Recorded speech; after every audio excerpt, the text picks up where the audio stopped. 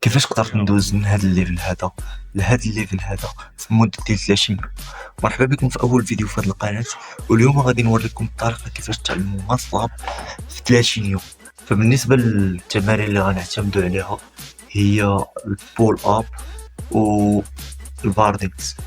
هاد جوج تمارين غنضمن لك الا كنتي كدير 10 بول اب و10 باردكس غنضمن لك بلي راه عندك ماتلاب. غيبقى لك غير ترانزيشن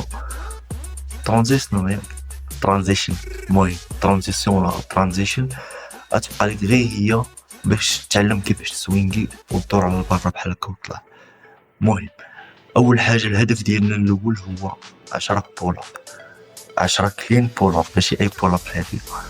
والهدف الثاني هو 15 البارتيز.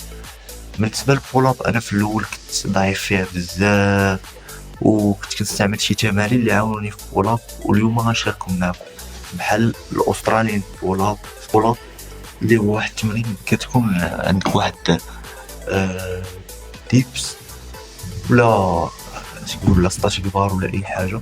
المهم اختصار ديالها بارة قصيره غتشد فيها بحال هكا. غنخلي لكم التمرين هنايا وتشوفوا كيفاش هاد التمرين هذا غيعاونكم بزاف في البول اب. يقدر عاوتاني دير اسيستد بول اب الا كان عندك ريزيستنس بان تا هو غيعاونك بزاف. والتمارين الاخرى اللي غتعاونك هي تراكسيون ديبس وبار ديبس.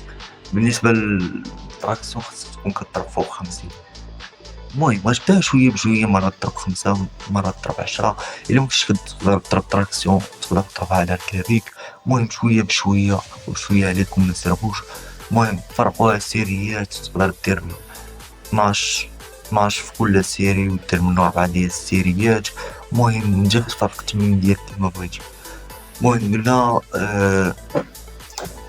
تراكسيون و ديبس خاصك تكون كدير فوق 50 تراكسيون و20 ديبس و15 بار ديبس. المهم ديبس هو غيعاونك بزاف في ماتلاب، و بار ديبس حتى هي ضروري الا بغيتي دير ماتلاب خاصك تكون كطحن بار ديبس. المهم بار ديبس خاصك تضربها مزيان وصافي. هادشي اللي كاين، وهكا تقدر تتعلم ماتلاب.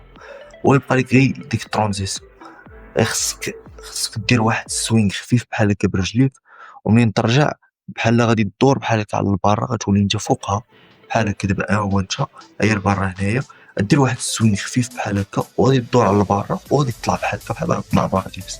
هذا هو السوينغ. المهم غنخلي لكم فيديو هنايا باش تشوفوا السوينغ مزيان كيفاش كيكون. وإلا طبقتي هاد التمارين غادي تكون تمكنتي من التمارين ديال الماتلاب.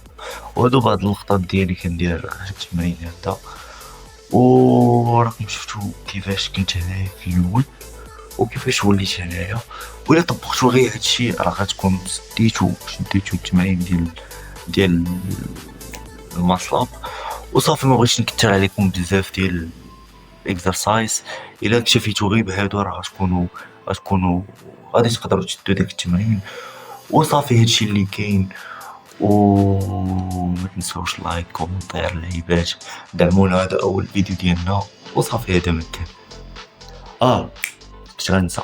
واللي بغى يشوف ترانزيسيون ديالي فيديو فيه ترانسفورماسيون من النهار الاول حتى النهار الثاني تلقاو فيديو هنايا ما طويلش بزاف، فيه شي 2 ولا 3 دقائق.